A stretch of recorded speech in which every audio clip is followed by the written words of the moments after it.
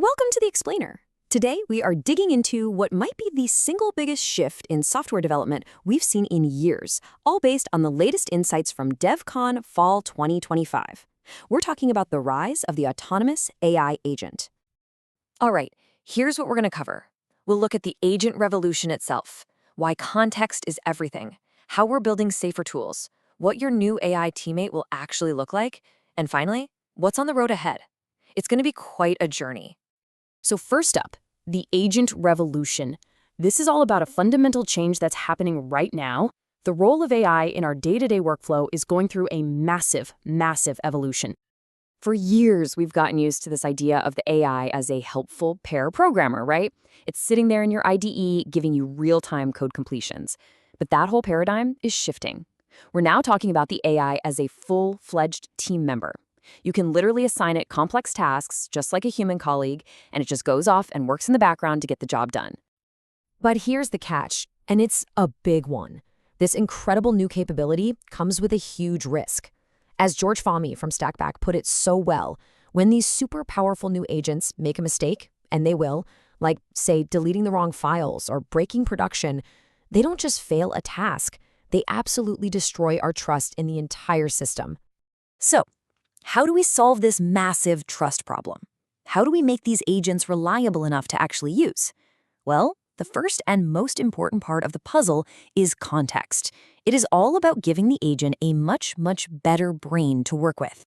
And this is where this whole new field is starting to pop up, context engineering. Now, the key thing to understand is that it's not about changing the underlying AI model itself. No, it's all about carefully curating the information you feed it.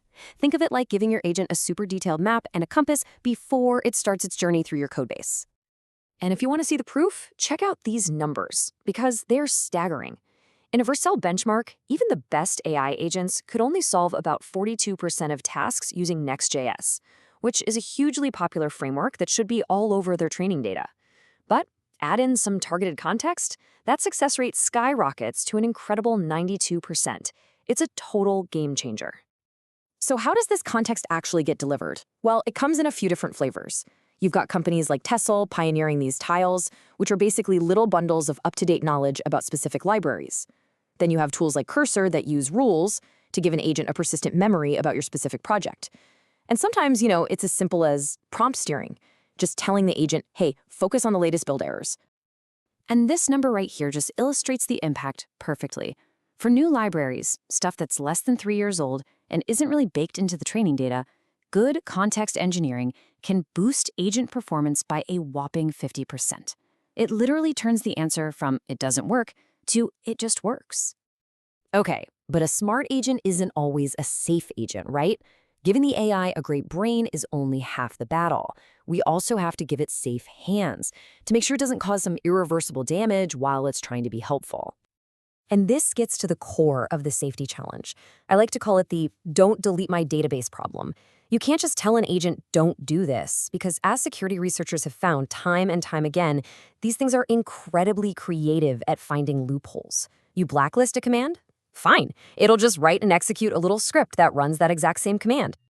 So the solution is to move away from these simple fire and forget commands. Instead, new protocols like MCP are building a human right into the loop. The agent actually has to confirm its plan and get your explicit approval before it can take a critical action. That way, there are no dangerous surprises. The whole point is to build tools with safety just baked right in from the start. We're talking about things like making every operation perfectly reversible, or having a remove command that doesn't actually delete anything, but instead automatically moves files to a trash folder. And of course, having comprehensive audit trails for every single thing the agent does. Okay, so we've got a smarter brain and we've got safer tools. So what does the new developer workflow actually look like? Let's walk through what a day in the life with your new AI teammate might be like. Microsoft's Octopets demo really just brought this whole vision to life. A developer literally just assigns a GitHub issue to Copilot. That's it. The agent then goes to work completely on its own in the background. It reads the code, figures out a plan, writes the fix, and then submits a full pull request ready for a human to review. It is genuinely a teammate. And this new workflow isn't one size fits all. It's going to span a bunch of different surfaces. and you'll pick the right tool for the job. You might use a cloud-based agent for simple, low-priority tasks you can just fire and forget. A command line agent could be great for planning out core features. And, of course, the IDE is still the perfect place for that real-time, exploratory coding on tricky problems. This new relationship we're building with AI is starting to get a really cool name, vibe coding. It's less about you hammering out individual lines of code and way more about communicating the what and the why. Your role really does shift from being the writer to being the architect, or maybe the director, who guides the AI to handle the how. So what is next? I mean, the progress we're seeing is incredible, but there are still some major frontiers to conquer, and some pretty wild experiments happening on the horizon. Probably the single biggest hurdle left is what Ray Myers so perfectly called legacy mountain. These AI agents can seem absolutely magical on a brand new, clean project, but throw them at the tangled, undocumented, complex reality of a real-world legacy codebase, and they just get lost. And trying to climb that mountain is leading to some truly fascinating, you might even say forbidden techniques. Researchers are exploring things like giving agents a tool to edit their own memory to remove distractions, or running Hydra tasks where you send the same problem to multiple models at once and have another agent pick the best result. They're even building a literal intranet for agents so they can collaborate with each other. It's pretty wild stuff. All of this really points to a profound shift in what we do. As these AI teammates get more and more capable, the most essential skill for a developer might not be just writing code anymore. It might be about effectively conducting an entire orchestra of specialized AI agents to build something amazing.